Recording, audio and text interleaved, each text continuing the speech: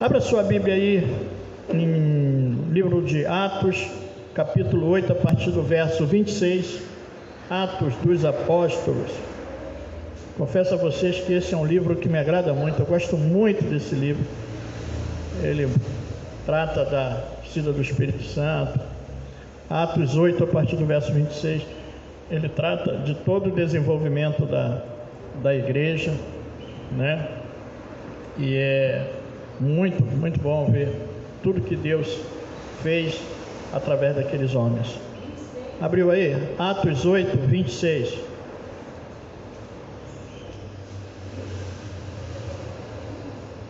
Esse é um período de desenvolvimento da igreja.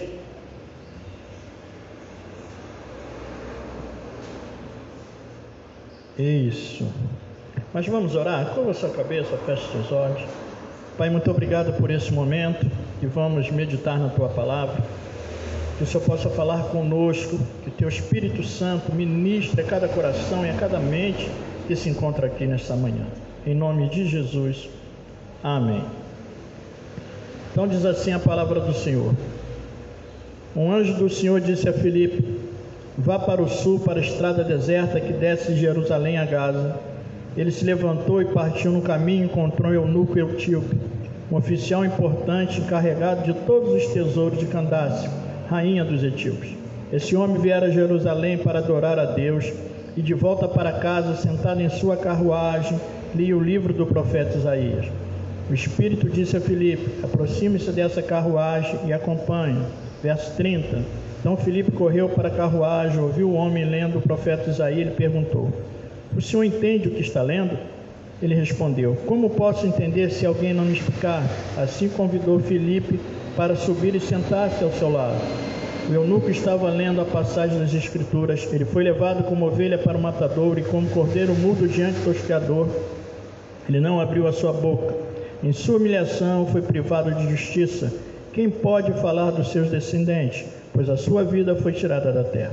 O eunuco perguntou a Filipe: diga-me, por favor, de quem o profeta está falando? De si próprio ou de outro?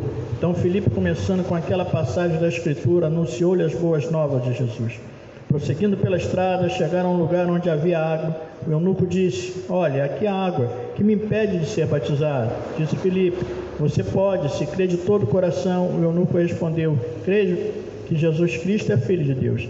Assim deu ordem para parar a carruagem. Então Filipe e o eunuco desceram a água e Filipe o batizou. Quando saíram da água, o Espírito do Senhor arrebatou Filipe repentinamente, e o eunuco não o viu mais, e cheio de alegria seguiu o seu caminho. Filipe, porém, apareceu em Azoto, indo para Cesareia, pregava o evangelho em todas as cidades pelas quais passava. Então nós vemos aqui o encontro de dois homens,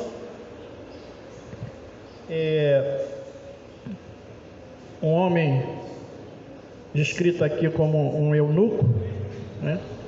E eunuco é alguém que é mutilado, né, no seu membro. O eunuco é alguém castrado, que era castrado, e por essa condição os eunucos, eles eram colocados para tomar conta do harém, né? Os reis, os príncipes, eles punham os eunucos pela condição dele, porque não oferecia perigo, né, de acontecer qualquer coisa, então eles os colocavam nessa condição. E a Bíblia diz que esse homem era dessa forma. E aí Filipe encontra com ele e ele está lendo. O Espírito conduz Filipe até ele, e a Bíblia diz que ele está lendo, e Filipe chega no momento que ele está lendo. Naquela época, a leitura normalmente não era feita silenciosa, de maneira silenciosa, né? Nós que estamos aí do clube de leitura sabemos como acontece isso, a leitura silenciosa. Já Deus que está aí, que é professora, a Renata que é professora, sabe como funciona isso. Muitas vezes na sala libera uma leitura e aí fica aquele burburinho, e aí fala assim: ó, é leitura silenciosa, é para você. Mas ali tinha essa prática de se ler em voz alta. E ele está lendo quando Filipe chega próximo dele.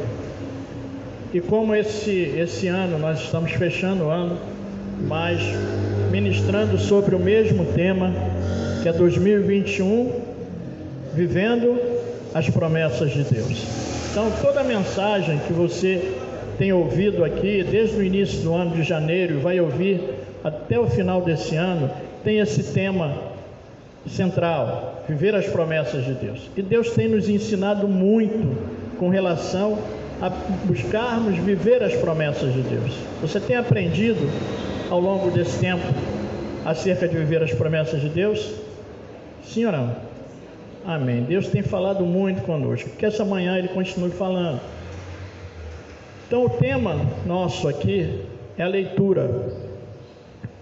Aqui diz que ele lia, e o título dessa mensagem é a importância da leitura para vivermos as promessas de Deus. Então, a importância da leitura para vivermos as promessas de Deus.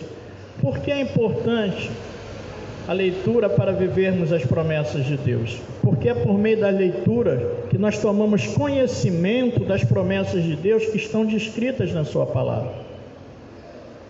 E aí nós começamos a tomar posse daquilo que ouvimos, Sueli. Então, se está escrito lá, como nós oramos ainda agora ali, minha irmã, que não prevalece contra nós, não prevalece contra nós. Porque o Senhor é conosco. Então, são mais de 8.000 promessas, ou mais, segundo os teólogos, historiadores, os pesquisadores, liberadas aqui na palavra de Deus. Então, a leitura é importante para que eu tenha esse conhecimento. E aí, nós colocamos aqui, eu sempre coloco isso para a igreja, nós temos que ler a palavra de Deus, temos que buscar a palavra de Deus, mas não somos fechados para ler somente a palavra de Deus, somente a Bíblia. Existem outros livros que edificam as nossas vidas, que embora não sejam livros religiosos, ditos religiosos, mas são livros que nos ensinam. Novamente o clube de leitura, agora que a Juliana está conosco, como nós temos aprendido, né, Ju? Como nós temos aprendido. E não são livros religiosos, são ditos, Natália, secular. Mas como nós temos aprendido, né? Como nós temos aprendido sobre relacionamento humano. Nós tomamos um banho agora, né? Ana Karenina, ela adora esse livro, é o livro preferido dela, por isso que eu já deixei para ela falar, né? Então, o que nós aprendemos, né, Bruno, com relação à personalidade de cada pessoa ali, dos relacionamentos, nós lemos aí Os Miseráveis, né? Um livro fantástico, fantástico. Tem um personagem lá, um bispo, que o Reinaldo está doido com ele até agora. Você fala do bispo, o coração dele solta. Que homem é aquele? Mas tem uma família lá, tem um tal de Thénardier, é isso? É isso mesmo? Que Reinaldo diria, só o sangue de Cristo. E tem um menino lá, né, que é o meu personagem preferido daquele livro. Qual é o meu personagem preferido mesmo? Como é que é o nome? Gravoche. Já Deus, você tem que conhecer Gravoche. O menino que vivia pelas ruas de Paris. Um menino de rua em Paris. A senhora que gosta de criança, que gosta dessa condição de criança em situações adversas, a senhora vai amar o Gravoche. A senhora vai pegar o Gravoche, vai embalar, vai botar no coração. Não tem como. É o meu personagem preferido. Jô, estou fazendo propaganda, hein? Em Ana Karenina você vai encontrar coisas fantásticas. Qual autor mesmo? Liev Tolstói. Ela adora Tolstói. E aí, é muito interessante que Tolstói, esse é o livro, né, mais conceituado dele, mas ele tem uma literatura vasta.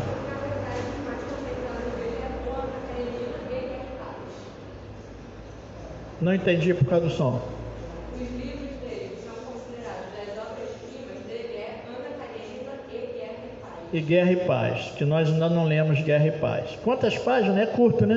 1468. 1488. Olha, 1500, vamos arredondar. É uma mixaria de livro, Bruno. 1500 livros, 1500 páginas, seu livro. Natália, isso você pega, 1500 páginas, você pega a ponte, né? Você pega a ponte no sentido Rio de Manhã, que você lê. Tranquilo, 1500 páginas, isso é rápido. Você pega a barca, vai, quando voltar já acabou. Isso é nada, Guerra e Paz.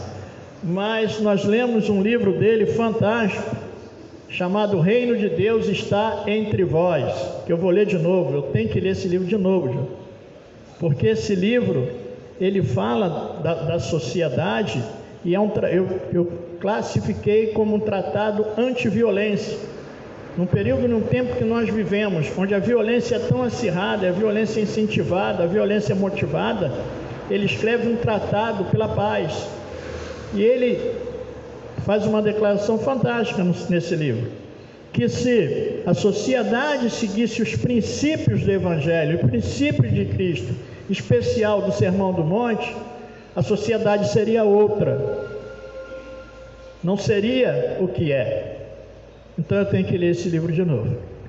E aí ele vai falar de questões de violência, e a gente olha ao redor do mundo como a violência tem crescido. Nós olhamos nos Estados Unidos, vimos como aquela questão racial cada vez se acirra mais, quando você pensa que a coisa está esfriando, a coisa está aquecendo, e agora foi eleito lá um governador da principal cidade dos Estados Unidos, a cidade de Nova York, né? New York, que é um negro, que apanhou da polícia quando era criança, se tornou comandante das forças policiais de Nova York, e hoje é prefeito, está sendo levantado prefeito daquela cidade. É assim, tia Deus. É o segundo Obama, diz o nosso moço lá atrás, né? Ele agora, falei que ele é um leitor voraz, ele agora teve um encontro com a história do Brasil. Ele entrou naquele navio negreiro, ele falou: misericórdia, que é isso, rapaz, como é que foi isso? E olha que eu ainda não o levei lá no Cais do Valongo, que nós vamos lá. Você vai pisar na pedra do cais lá, onde chegaram os primeiros negros aqui, né? Então tudo isso você sabe através de leitura, não daqui, mas leituras seculares que são importantes. Acabei de falar que eu recebi aqui um engenheiro para fazer todo o nosso projeto anti-incêndio. Engenheiro, nosso irmão da Assembleia de Deus. E quando eu falei para ele, do nosso clube, eu só não convidei ainda, mas como nós vamos interagir muito aqui, eu vou chamá-lo. Ele falou: eu estudei, eu vim de baixo, eu vim numa situação totalmente adversa, mas eu estudei, Deus me abençoou, eu cheguei aqui. Então é importante nós estudarmos, é importante, Nath, nós lermos. Você está numa escola excelente, né? Estudou, você não teve que fazer uma prova para entrar? Lá é funil, né? Todo mundo queria estar lá. Ela estuda no Pedro II, uma escola tradicional, uma das melhores escolas do Rio de Janeiro. E aí nós temos que avançar, nós temos que crescer. Amém? Amém? Então, a importância da leitura para vivermos as promessas de Deus. Aí Deus promete que vai te colocar numa posição financeira, social, mas você tem que ler, filho, você tem que estudar. Por quê?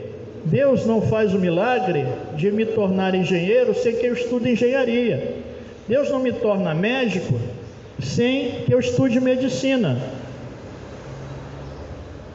Embora que Ele pode curar através da minha vida, amém? Aí é outra história. Aí o médico não pode fazer. Aí o Espírito Santo é o poder de Deus na minha vida e na sua vida. Então nós precisamos crescer, nós precisamos estudar. Agora vamos para o nosso texto aqui. Então o que o nosso texto nos mostra? Que esse homem era eunuco, e nós já vimos a condição do eunuco.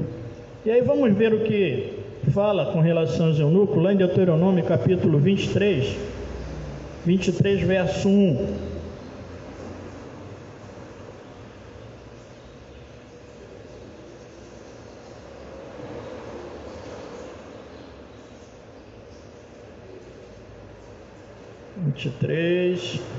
Apenas um verso, só o primeiro verso. E aqui é tratado dos casos de exclusão da Assembleia, da exclusão do povo. Diz assim: qualquer que tenha os testículos esmagados ou tenha amputado o membro viril não poderá entrar na Assembleia do Senhor. Qualquer que tivesse essa condição, ele estava excluído. E aí ele dá uma relação aqui: quem nasceu de união lícita não poderá entrar na Assembleia do Senhor, como também os seus descendentes aí ele dá uma relação. Mas o que fica para nós é essa condição aqui do eunuco. E aí, Isaías 56, no verso 1. Isaías 56, no verso 1, vai nos dar uma outra posição, promessa do Senhor para os eunucos. Diz assim: mantenham, a partir do verso 3, que nenhum estrangeiro que se disponha a unir-se ao Senhor venha dizer: é certo que o Senhor me excluirá do seu povo, e nenhum eunuco que se queixe não passe de uma árvore seca, pois assim diz o Senhor aos eunucos que guardarem os meus sábados, que escolherem o que me agrada e se apegarem à minha aliança. A eles darei dentro do meu templo e dos seus muros um memorial, um nome melhor do que os filhos e filhas, um nome eterno que não será eliminado. Os estrangeiros que se unirem ao Senhor para servi-lo, para amarem o nome do Senhor e lhe prestarem culto. Todos que guardarem o sábado, deixando de profaná-lo, que se apegarem à minha aliança, eu os trarei ao meu santo monte, lhes darei alegria em minha casa de oração. Seus holocaustos e mais sacrifícios serão aceitos em meu altar, pois a minha casa será chamada casa de oração para todos os povos. Então, o propósito do Senhor Isaías, salvação de todos os povos. Se ele tinha aquela condição lá, Deus promete dar a ele uma outra condição. Se ele estava excluído, Deus promete a inclusão. E aí, quando nós vemos aqui esse texto e nós vemos o que acontece com a vida dele, ele é incluso. E a Bíblia diz que ele foi em Jerusalém para adorar. Jerusalém era o centro da adoração, lá estava o templo, e ele foi adorar. E aí, quando ele volta, ele tem um encontro com Filipe. A Bíblia diz que ele era etíope, né? A Bíblia não mostra se ele era um prosélito. O que é um prosélito? Aquele que se convertia ao judaísmo, aquele que trocava de religião, de uma religião para outra. Se essa era a condição dele, ou se ele era judeu, porque na dispersão de cativeiro muitos judeus foram espalhados, que era a dispersão dos judeus. Então ele poderia ser um judeu e vinha a Jerusalém para adorar. Primeiro Reis, capítulo 8, a gente vai poder ver o que a Bíblia nos fala aí sobre a questão de vir adorar, dessa adoração. Primeiro livro dos Reis, capítulo 8, a partir do verso 41.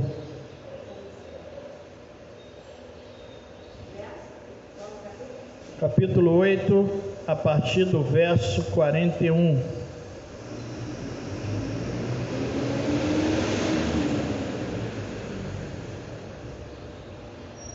E nós vamos ler aqui a partir do 41, essa oração de dedicação de Salomão no templo, depois que ele havia construído o templo. Então diz assim: quando o estrangeiro que não pertence a Israel, o teu povo, que veio de uma terra distante por causa do teu nome, pois ouviram acerca do teu grande nome, da tua mão poderosa, do teu braço forte, quando ele vier e orar voltado para este templo, ouve dos céus, lugar da tua habitação, e atende o pedido do estrangeiro, a fim de que todos os povos da terra conheçam o teu nome e te temam, como faz Israel, o teu povo. Saibam que este templo que construí traz o teu nome. Então Salomão constrói o templo. Na sua dedicação do templo, ele faz esse pedido ao Senhor,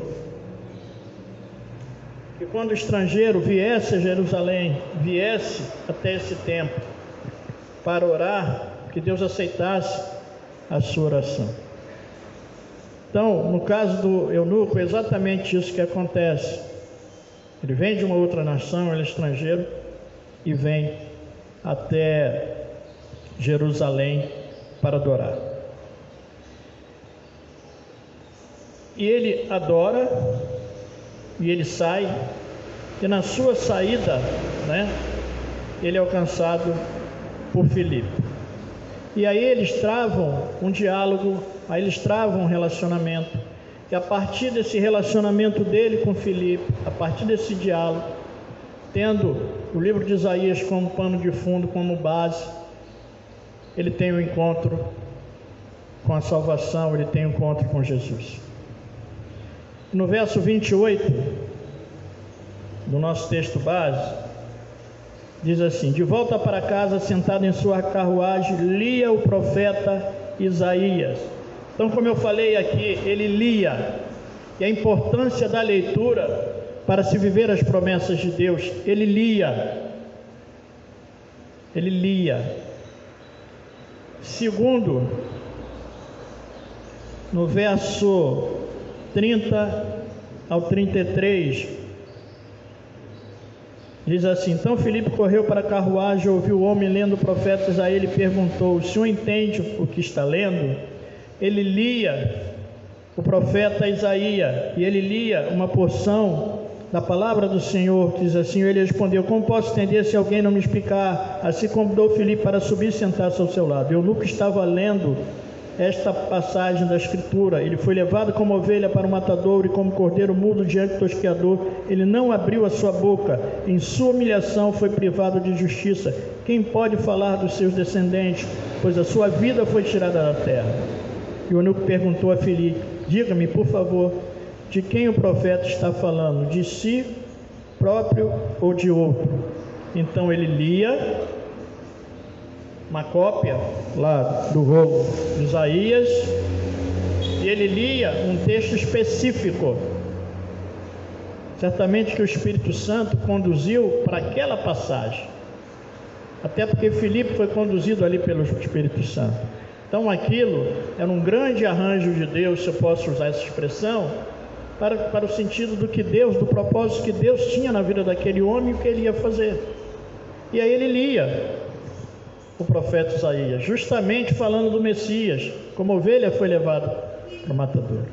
Referência de Isaías 53, é o servo sofredor, né, serva? Ele vai ali. Então, a partir dali, Filipe faz uma pergunta básica a ele: Sueli, você está entendendo o que você está lendo? Aí ele falou: não, se não tiver quem me explique, né? E aí é interessante, porque uma das questões pelas quais as pessoas não leem a Bíblia é por não entender a Bíblia e falar que é de difícil entendimento. E realmente o é. Realmente o é. Nós estamos estudando escatologia e vamos entrar na outra semana, se tudo, nosso professor já confirmou, nosso mestre já confirmou. Hoje nós encerramos escatologia de maneira virtual, mas a partir da semana que vem nós estamos aqui, todo domingo às 9 horas vamos começar a estudar Apocalipse. E aí, Apocalipse é um livro de difícil entendimento, né? É de muito difícil, é o livro mais mais difícil de entendimento. Ainda bem que nós temos um mestre profundo, estudioso da Bíblia, que tem um chamado aí de mestre, né, para nos ajudar. Então, assim como Deus colocou Filipe, né, com aquele moço lá, Ele colocou o rei com a gente aqui para nos ajudar nesse sentido.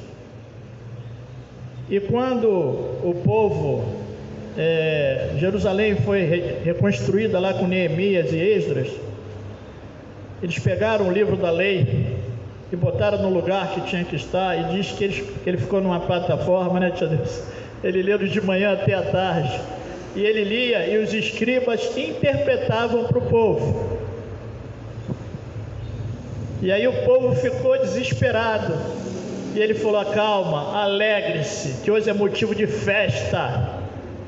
A palavra do Senhor foi colocada onde ela tem que estar, no centro da minha vida e da sua vida, no centro do povo de Deus. E ela estava ali. Exatamente por isso que a gente coloca no centro, fica numa plataforma de madeira, numa posição elevada, para que fique numa condição de entendimento. Daí vem a origem. E aí, é isso que acontece, essa importância. Então ele vai e traz o esclarecimento para ele. Ele pergunta: de quem que o profeta está falando? É dele mesmo? Agora, quando nós não temos um Filipe ao nosso lado, quando nós não temos um Reinaldo ao nosso lado, quando nós não temos a tia Deus, o tio Francisco, né? Aqueles que conhecem mais, quem nos ajuda? Quem nos ajuda? Não ouvi? Ah, o Espírito Santo, tá. Então, na sua dificuldade de você ler e entender a Bíblia, né, pede ajuda ao Espírito Santo. Pede ajuda que ele vai te ajudar a entender. Até porque, qual é a condição dele em relação ao que está escrito? Ele é o autor, querido. Ele é Deus. Foi ele que escreveu. Então, nada melhor do que o autor. Nós que lemos aí não temos acesso ao Tolstói, né, e aos demais autores. Quanta coisa a gente queria perguntar a ele, né, sobre a questão dos personagens que ele criou, mas nós não temos esse acesso a ele para perguntar o que exatamente qual era a intenção dele, Sueli, naquela passagem, naquele personagem, naquela condição. Então a Bíblia é o único livro em que o autor, quando você lê, ele está presente junto com você. Escrita por homens, mas homens inspirados por Deus. Não ele conhece, porque senão seria injusto, Ju, uma pessoa que não tivesse a condição de entender. Nesse caso era um evangelista, nesse caso era um caso especial. Porque o que é o evangelista? Evangelista é aquela pessoa que Deus deu o dom de conduzir pessoas a Cristo, de evangelizar. Então Filipe era um evangelista. Então você tem um chamado para mestre, outro para evangelista, outro para apóstolo, outro para pastores. Então era um evangelista. O que é evangelista? Uma pessoa que tem a facilidade de conduzir pessoas a Cristo. E era aquele contexto, porque depois, quando ele vai, Filipe vai para um lugar e ele vai para o outro. Então quem passou a estar com ele para que ele tivesse entendimento? O Espírito Santo. Ele não estava só. Ele vem para Jerusalém para adorar. Ele vem para Jerusalém para buscar a Deus. Ele adora a Deus e ele sai dali, né? Mas quando ele volta, ele não precisa voltar para Jerusalém, querido. Deus está com ele. E a Bíblia diz nesse contexto aqui, porque o Espírito já tinha vindo, Pentecostes já tinha acontecido, a permanência do Espírito. Então ele que vai ao templo para orar, ele que vai a Jerusalém para orar, ele se torna templo. Ele se torna templo do Espírito Santo de Deus, que habita nele, que habita em mim e habita em você. É fantástico. Isso é maravilhoso. Templo do Senhor. Ó. Amém? E aí de quem ele fala? E aí ele anuncia, a Bíblia diz que ele anuncia as boas novas em Jesus. E as boas novas em Jesus é o caminho da salvação. Ele anuncia a salvação. Aí cumpre-se Isaías 56, a partir do verso 3, o eunuco, ele é incluso. E aí ele é batizado. Ele é batizado, né? E o rito do batismo é um rito de inclusão no povo de Deus. Desce o velho, sepultamento, desce o velho e vem o novo. E aí eu lembro quando eu fui batizado, né? Talvez você lembre quando você foi batizado. E aí eu lembro, eu estava lembrando disso hoje, né? Vendo esse texto, que exatamente nessa rua aqui, ó, há 24 anos atrás eu passava aqui em torno de 6 horas da manhã, com a tia Deus, o tio Jorge, num sábado, nós estávamos indo ao monte para orar, porque no dia seguinte seria o meu batismo, no domingo. E aí no mistério de Deus, como ela gosta, que Chico, nós pegamos um ônibus, eu nunca vi tanto peixe na minha vida. Tabuleiros, mas muito tabuleiro, Nath, de peixe. Os pescadores estavam vindo lá de Niterói, acho que lá do mercado, e aquele cesto lotado, senhor, de peixe. E nós fomos, Bruno, e tinha um sol que eu nunca mais vi daquele sol. Tinha um sol que aquele sol, sabe, naquele dia o sol se manifestou para nós, né, tia Deus? É inesquecível, aquele sol maravilhoso, aquele sol maravilhoso. E aí nós fomos para lá, no Monte Santo, né? E lá Deus me deu um texto, eu vou falar dele daqui a pouco, está guardado, e muito interessante. E aí eu novinho, né, tio Chico, ainda ia quebrar o laque, né, tinha que quebrar o laque. E é isso aí, nós fomos lá, e o monte repleto de gente. Hoje é uma outra condição, mas naquela época o negócio fervia de crente naquele lugar. E aí, Bruno, eu nunca vi aquilo. Você já viu formiga? Quando a formiga vai e encontra com a outra, como é que faz, Nath? Ela fala ali. Eu tenho a curiosidade, Ju, para saber o que a formiga fala para a outra. Deve falar: menina, eu estou cansada, está pesado, vamos dividir comigo aí, estão me dando umas folhas grandes, pô. Pô, vou mudar, acho que o negócio era eu ficar lá na estocagem do que eu ficar lá comprando, que eu conheço uma irmã que ela vai até comprar, mas guardar as compras ela não gosta não, né? E aí, dentro desse sistema de trabalho da formiga, tio Chico, tem aquela, né, que vai, tem a que corta, tem a que traz, né, tem um cântico, né, Sueli? Do tempo de Chico, tia Deusa, Reinaldo, Beth, eu não peguei. A formiguinha corta a folha e carrega. Quando uma pega, a outra, como é? Quando uma larga, a outra pega, né? Aí fala do preguiçoso, vê que mistério glorioso, uma formiguinha ensinando ao preguiçoso. Aqui não tem preguiçoso, não. Mas aí, né, uma formiguinha com a outra. E quando nós subimos lá, nós pegamos um caminho lá, fomos subindo e tia Deusa queria ir para o andar de cima, tio Chico. Lá em cima, mais perto do céu. Vamos embora. E ela com a disposição, falei: pô, a tia, mas também há 24 anos atrás eu tinha um outro vigor, né, Bruno? E aí ela vai subindo, aí encontra com outro, encontra com outro, só no mistério, só falando em língua. Eu falei: que é isso? Eu falei: parece formiguinha. Que língua é essa que eu não entendo o que eles estão falando? Mas eles falavam lá e se comunicavam. Eu estou lembrando desse fato que foi marcante para a minha vida. Então me marcou lá, naquele momento, e com certeza marcou aqui para o eunuco, esse encontro que ele teve com Filipe e o seu batismo. E aí ele fala para Filipe: aqui tem água, o que me impede de ser batizado? Ele fala por nada, se você crer de todo o coração. Ele desceu e o batizou, e depois diz que ele foi jubilando ao Senhor.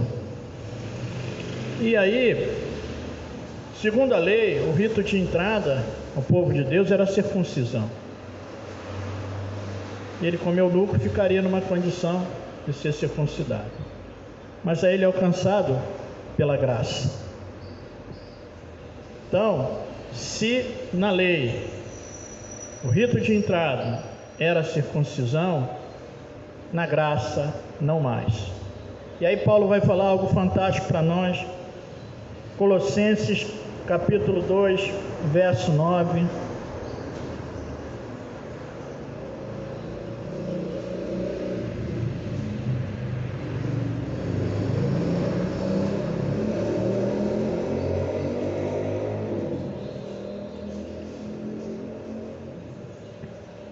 Colossenses 2, a partir do verso 9.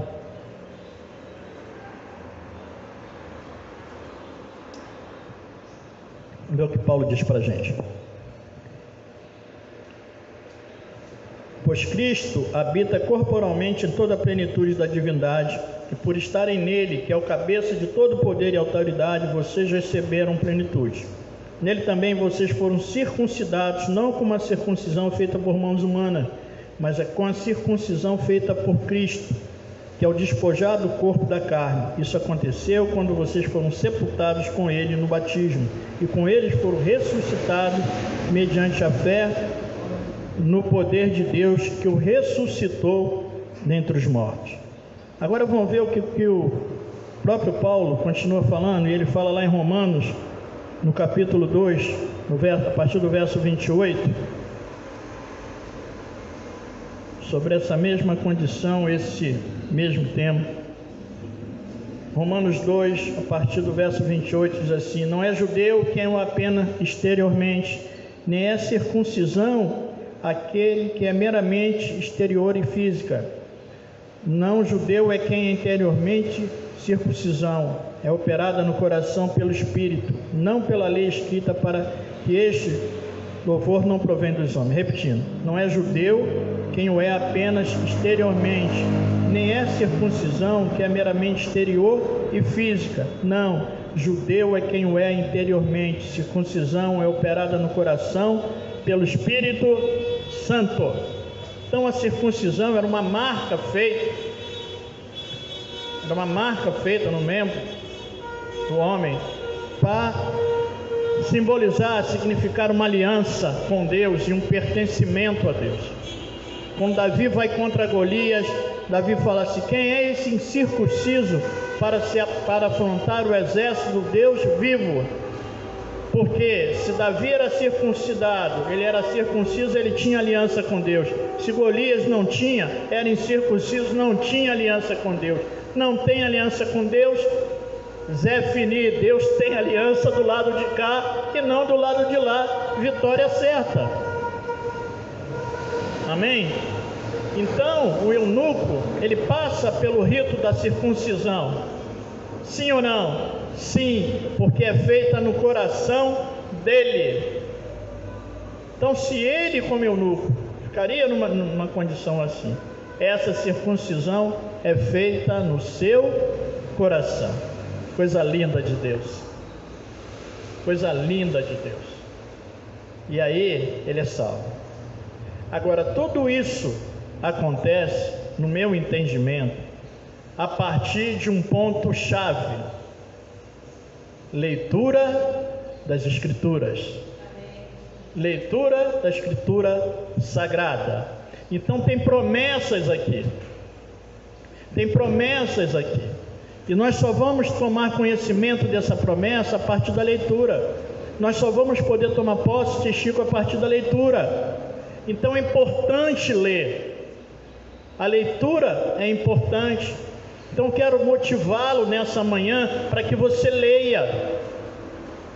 Nós colocamos aqui, nós temos entendimento, temos a nossa mente aberta, a nossa visão aberta. Nós buscamos aqui não ser religiosos, porque a religiosidade acaba impedindo você de experimentar mais de Deus. A religiosidade, em vez de trazer para Deus, afasta de Deus. E aí, a importância da leitura, eu quero fazer 3 observações aqui para a gente fechar a nossa reflexão.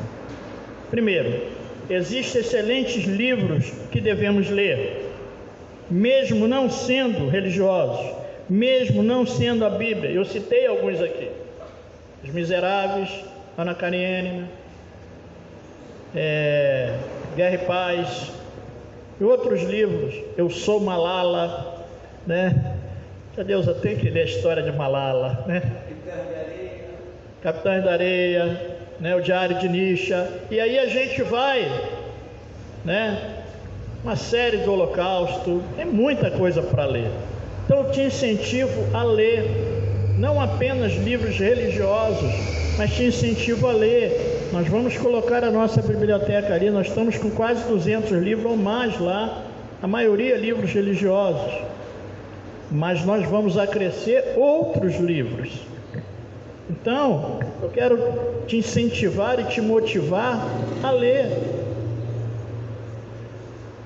Ju, nós recebemos mais um presente, a Deusa vai estar com a gente no clube, vem mais uma, né? Então mais uma. Então nós estamos recebendo, então te incentivo para que você lê. Segunda observação: existem livros que não devemos ler. Se existe livro que nós temos que ler, podemos ler, e que vai edificar as nossas vidas, e que vai nos abençoar, mesmo não sendo livros religiosos, né? Tem outros que nós não devemos ler. E aí vamos ver o que diz lá em Atos, esse mesmo livro que nós estamos, Atos capítulo 19, a partir do verso 8. Lá na cidade de Éfeso, né? Aonde Paulo se encontrava, para onde Paulo foi para plantar igreja. E lá em Éfeso era uma terra de idolatria. Lá tinha um templo de uma deusa chamada Diana, Diana dos Efésios. E lá tinha os ourives que viviam da venda de amuletos, de medalhas, de tudo referente a essa santa. E aí Paulo chega nesse contexto, no capítulo 19 de Atos, a partir do verso 8, diz assim: Paulo entrou na sinagoga e ali falou com liberdade durante 3 meses, argumentando convincentemente acerca do reino de Deus.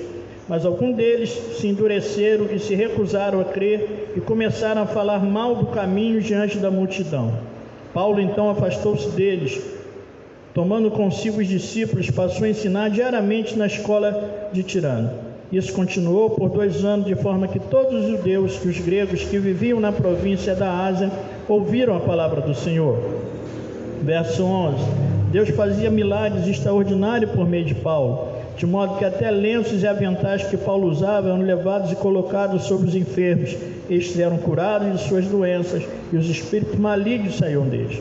Alguns judeus que andavam expulsando espírito maligno tentaram invocar o nome do Senhor Jesus sobre os endemoniados, dizendo: em nome de Jesus, a quem Paulo prega, lhes ordeno, saiam. O que estavam fazendo isso eram os 7 filhos de Cefa, um dos chefes dos sacerdotes dos judeus. Um dia o espírito maligno respondeu: Jesus eu conheço, Paulo eu sei quem é, mas vocês quem são? Então o endemoniado saltou sobre eles, dominou, espancando com tamanha violência, e eles fugiram da casa nus e feridos.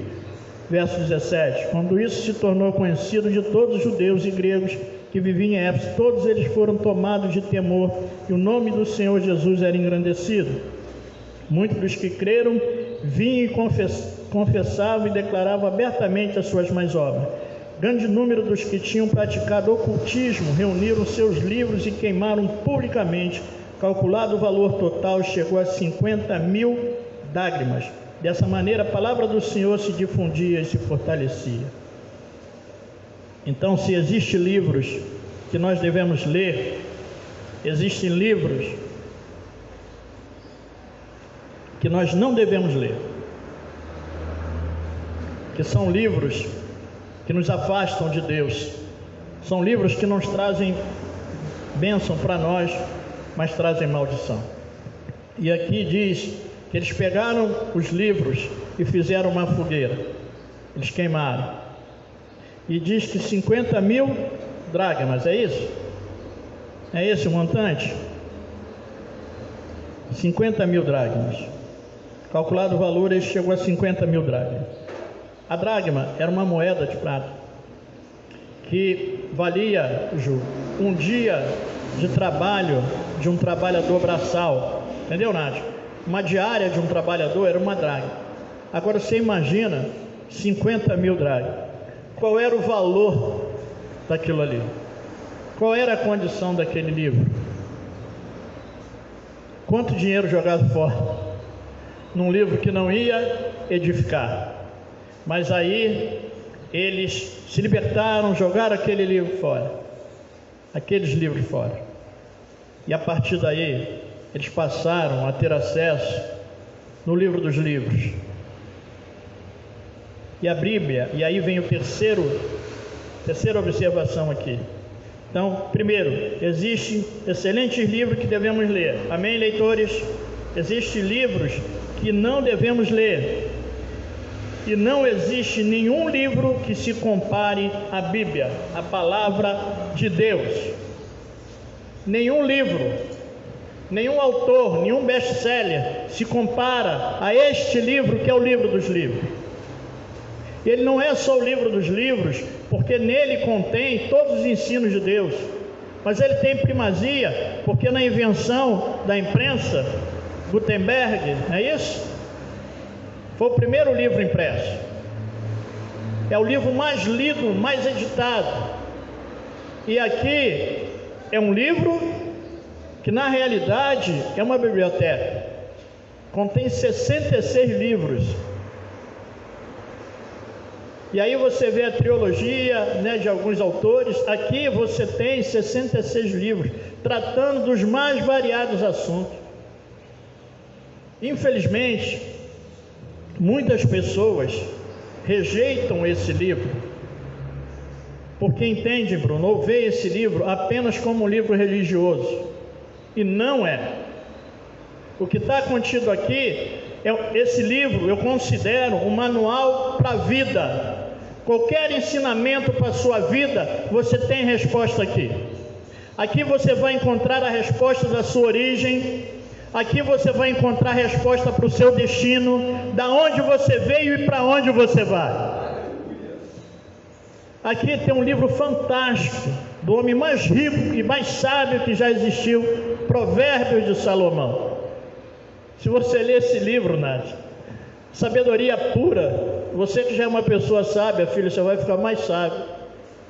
Ju, que é uma pessoa extremamente sábia, duas meninas sábias, vão ficar mais sábias, porque é um livro que te fala de vida.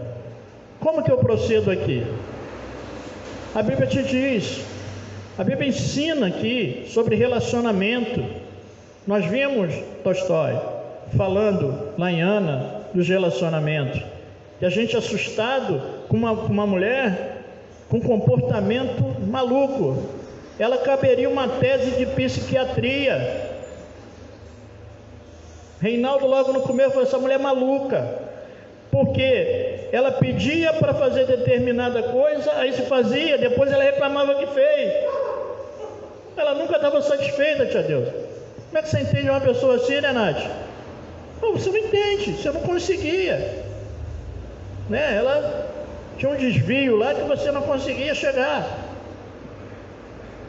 Mas como é que é? Né? Aí você pensa que ela só está ali. Se você olhar aqui, você vai encontrar um monte de Ana aqui, né? Tem um homem que casou com uma moça tão doce, Nabal, um homem louco e mau. Se você vê o que a Bíblia diz sobre ele, Nath, era um casal, um homem rico. Aí diz que ela era inteligente, bonita, né? Sensível, amável, todos os predicados. Aí ela casa com um homem rico. mas a Bíblia dele diz que ele era rude e mau. Nabal significa seu nome, louco. Que figura! Que figura aquele homem! E se você vê Davi, Moisés, José, Abraão, homens de Deus, mas homens com seus dramas, e aqui nós vamos poder ver história fantástica. Você quer suspense? Tem aqui, que você não para de ler, você diz como é que vai terminar essa história. Se você quer ver uma trama, lê a história de José. Sai lá do Egito, sai e vai para o Egito como escravo, né, rei? E depois chega governador. Mas como é que é isso? É uma trama fantástica, né, tia Júlia? Você vê uma história fantástica. Você vê irmãos, você vê Jacó e Esaú, a história de dois irmãos, né? Que tem dificuldade lá de relacionamento. Aqui ninguém tem dificuldade com irmão, não. Ninguém. Né, Ju? Irmão não briga. Aqui, irmão, né, Nath? Nath está feliz porque não tem irmã. Renata também não tem irmão, né? Mas quem tem irmão aí sabe como é que funciona, né? Então aqui nós podemos encontrar histórias fantásticas. Todo gênero literário está aqui. Você tem romance, está aqui. Gosta de romance? Poxa, tem aqui. É isso que eu ia falar. Você lê Cantares. Ah, minha amada. Você lê Cantares. Então, é um livro fantástico. Você gosta de suspense? Quase que parecendo terror, lê Apocalipse. Você se assusta. E aí eu lembro, Ju, que quando nós nos convertemos, eu e a minha amada que está sentada ali, ó, I love you. E aí, nós fomos ler a Bíblia, tia Deusa, e tia Deusa que nos orientava. Tia Deusa foi lá e fez conosco, Bruno, um estudo chamado Encontro da Salvação. Tia Bete, baseada no Evangelho de João. E os homens amaram mais as trevas do que a luz, né? E o verbo se fez carne, rei. Deus veio em carne. E aqueles primeiros passos. E aí eu, né, fui ler a Bíblia. Falei para ela, vamos sentar, vamos ler a Bíblia. Não, nós temos que ler a Bíblia. Aí fomos ler a Bíblia, Nath. Qual livro que nós começamos? Um livro de sofrimento, Nath. Ninguém sofreu como aquele homem. Se você quer ver sofrimento, leia o livro de Jó, Bruno. E aí, Simone, nós começamos a ler o livro de Jó. Aí eu comecei. Jó tinha tantos filhos, né? Desceu fogo do céu, matou, caiu, quebrou, perdeu. Ela falou, para! Eu falei, o que houve? Ela falou, para! Não, o Deus que eu quero servir é esse Deus aí mal que tira tudo, não. Que Deus é esse? Né? Começamos a ler Jó, pô, quem manda começar pelo lugar errado? Muita violência. Era para ser João. Muito bem, nada como mestre, né? Quer crescer João. Eu tirei o ão, fiquei só com Jó. Tá certo, aí fui pro caminho errado. E aí ela levantou e falou, não quero mais ler não, chega, lê você, não quero mais ler não. Que Deus é esse, rapaz? Tirou tudo do homem, morreu os filhos, deixou só desgraça. Ainda tenho coisa ruim perturbando, mandando perturbar ele, que ficava para Deus, tira isso dele, tira aquilo dele, toca nele, que ele vai te negar, nessa ali. Como diz a nossa irmã Sandrinho, coisinha ruim ali perturbando. Como diz tio Chico, cara de borracha, cada um dá um nome aqui. Eu trabalhei com uma pessoa que dizia encardido. Ele falava, encardido já começou a perturbar. Então, em cada lugar ele tem um nome, mas a pessoa é mesmo, ele é ruim de qualquer maneira, com qualquer nome. E aí, nós estamos ali, só, Nath, que tem um detalhe. Ju, tem um detalhe. O melhor da história está onde, Nath? No final. O melhor da história tem que estar no final. E aí, no final, lá no capítulo 42, são 42 capítulos, no verso 5 eu gravei bem, que é um verso que me persegue, que eu guardei no meu coração, depois daquele susto todo que eu tomei, né? Eu guardei lá. Eu sei que tudo pode, nenhum dos seus planos podem ser frustrados. Eu te conhecia só de ouvir, mas agora os meus olhos te veem. E aí Deus restitui tudo, Bruno. Final feliz, maravilhoso, final feliz lá. Mas eu ainda estava no começo, ela não teve paciência para chegar ao final, né? Não teve paciência para chegar ao final. Aí nós chegamos lá ao final. Então, muitas pessoas são beneficiadas por esse livro, pelos ensinamentos desse livro, sem ter nascido de novo, sem ter entregue a vida a Cristo. Os maiores palestrantes do mundo na área do empreendimento, né, no mundo corporativo, usam a Bíblia, alguns textos bíblicos, como referência para estar ministrando os seus cursos. A literatura mais vendida são os livros de autoajuda. Não é à toa que Augusto Cury se tornou sucesso mundial e vende a quantidade de livros que ele vende. Não é à toa que outros autores que trabalham na linha de autoajuda, Bruno, tiveram tanto sucesso e têm tanto sucesso. Por quê? Porque qual é a base da autoajuda, tia Deus? É fazer com que você ajude a si mesmo. É autoajuda, é tire de você força, é tirar de você, Nath, o melhor que você tem. Isso é autoajuda. Então, nesse sentido, aqui você encontra autoajuda. Aqui você encontra, porque ele trabalha em você para que você, para extrair o melhor de você. Vou exemplificar com uma passagem. Deus tira o povo do Egito, já tinha feito uma promessa, né, tia Deusa, de dar uma terra excelente, igual a Araruama, onde ela está morando agora. Terra fértil lá onde ela está morando. E aí, tia Simone, terra fértil. E Deus permite, não era o propósito, mas Ele permite, né, meu mestre, que fosse ver a terra. Não tinha que crer, não tinha que ver. E aí Moisés envia lá 12 homens, Nath, para ver a terra, 2 espiões. Aí eles vão lá. Aí eles chegam lá, olham a terra, e a orientação para eles é o seguinte: ó, vão lá, espia a terra, depois vem dar um relatório para mim. Me diz como é a terra, quem mora lá, se é fértil, não é fértil.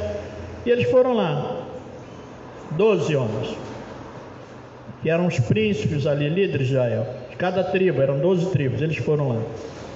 E quando eles chegaram lá, Nath, você já ouviu falar nas coisas de Itu, né? As coisas de Itu são as frutas de Itu, né? Eu acho que Itu era ali, rei. E aí eles foram lá, disse que o cacho de uva era tão pesado, tia Bete, tão grande, que 2 tinham que carregar um cacho de uva. Que uva era essa? E aí eles carregam a uva, eles veem a maravilha da terra, aí voltam para dar um relatório. 10 daqueles homens infamaram a terra, falaram mal da terra, ainda queria pegar Moisés ainda. E aí apenas 2, Josué e Caleb, fala de uma outra maneira, tem uma outra visão. E Josué é quem conduz o povo a tomar posse daquela terra depois, e Caleb tem um lugar naquela terra especial por conta da condição deles. Mas aí Deus trabalha para tirar de Josué o melhor. Nós temos ali um personagem que nós vimos aqui, semana passada nós vimos sobre Gideão, um homem corajoso, né? Só que não, um homem medroso que Deus mandou ele libertar o povo, ele era muito medroso, mas Deus faz todo um trabalho de autoajuda para tirar dele, para encorajá-lo, para tirá-lo de ser um homem medroso para ser um guerreiro valente. É um trabalho que se faz. Então a Bíblia, ela pode funcionar como livro de autoajuda pelo que ela tem, se ele tirar o melhor de nós. Mas só ela é capaz de ter o tipo de ajuda que nenhum livro de autoajuda é capaz de ter.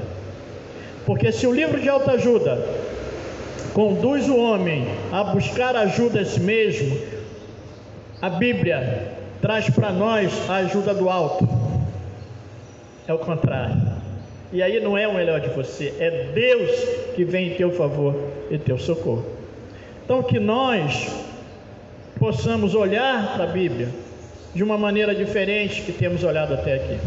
Mesmo nós que temos acesso, nós que temos como regra de fé, que nós não vejamos a Bíblia apenas como um livro religioso, que não é. É um livro para a vida. É um livro para a vida. E eu quero fechar essa reflexão nessa manhã, lendo Josué no capítulo 1, para a gente fechar.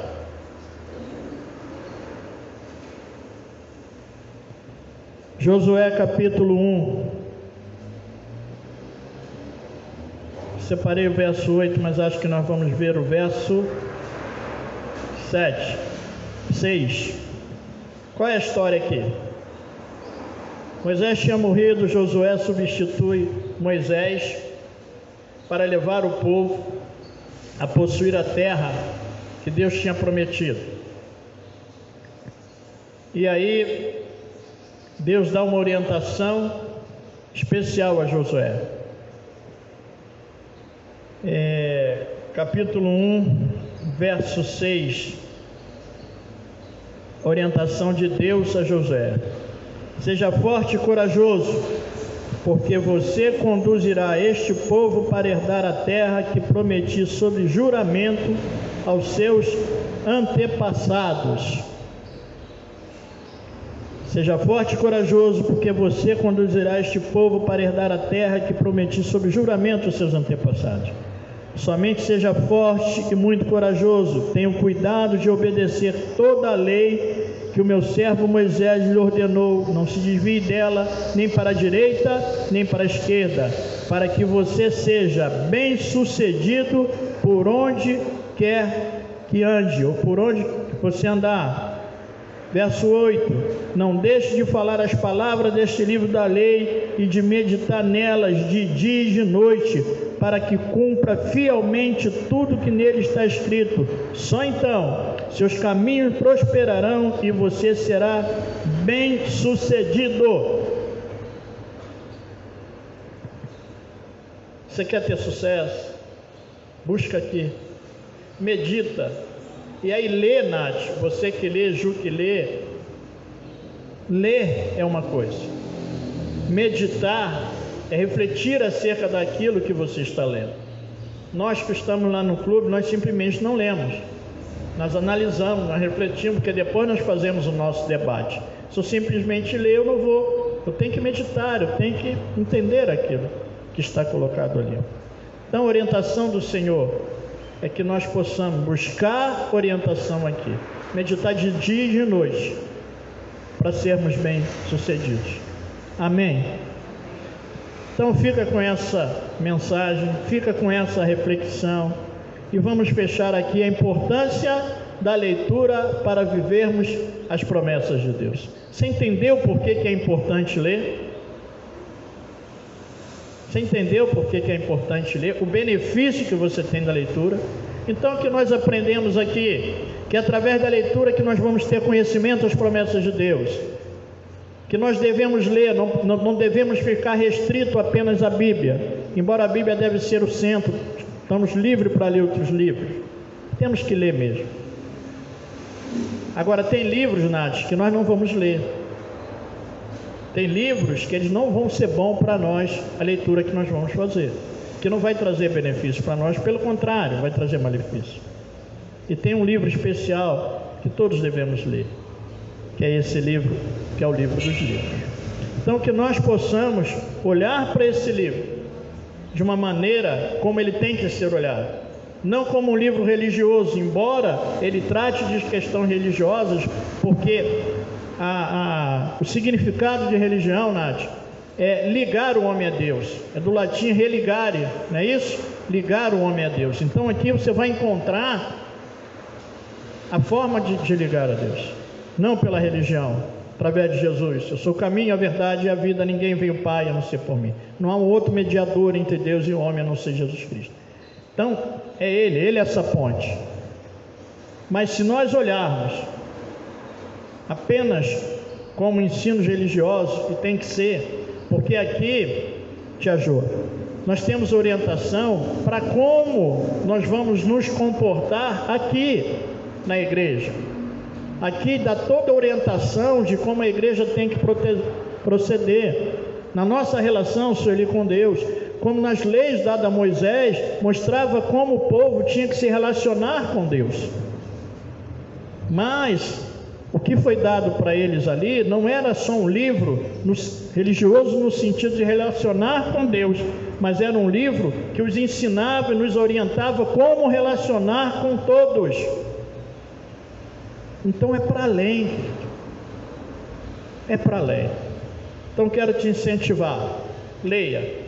Ler é importante. Sim ou não, Nath? Ler é importante?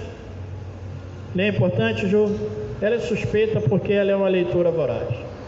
Para ela a vida, se falasse para ela, Ju, você vai passar um ano numa ilha deserta, o que você vai levar? Não, eu vou levar meus livros. E já ia embalando, levar meus livros. E ler é tão importante, que tinha um texto aqui para a gente fechar e não alongar mais, que eu nem separei, mas cabe aqui para nós. O homem que escreveu mais, tem mais escritos na Bíblia. O apóstolo Paulo, que foi quem mais escreveu, tem mais escritos aqui. No final da sua carreira, ele numa prisão, ele pede, traz a minha capa, porque a prisão era muito fria, era tipo masmorra. Traz João Marcos, que era uma pessoa que ele tinha tido uma desavença lá atrás. Ele ainda fala, pois ele me é muito útil ao ministério. E ali ele já estava completando a carreira dele. Ali ele já estava encerrando a carreira dele. Ele faz e traz os meus livros, né? E traz os meus livros, principalmente os pergaminhos, a palavra do Senhor. Amém? Então ler é importante. Aprendemos nessa manhã. Que o Senhor seja louvado. Amém? Vamos por pé.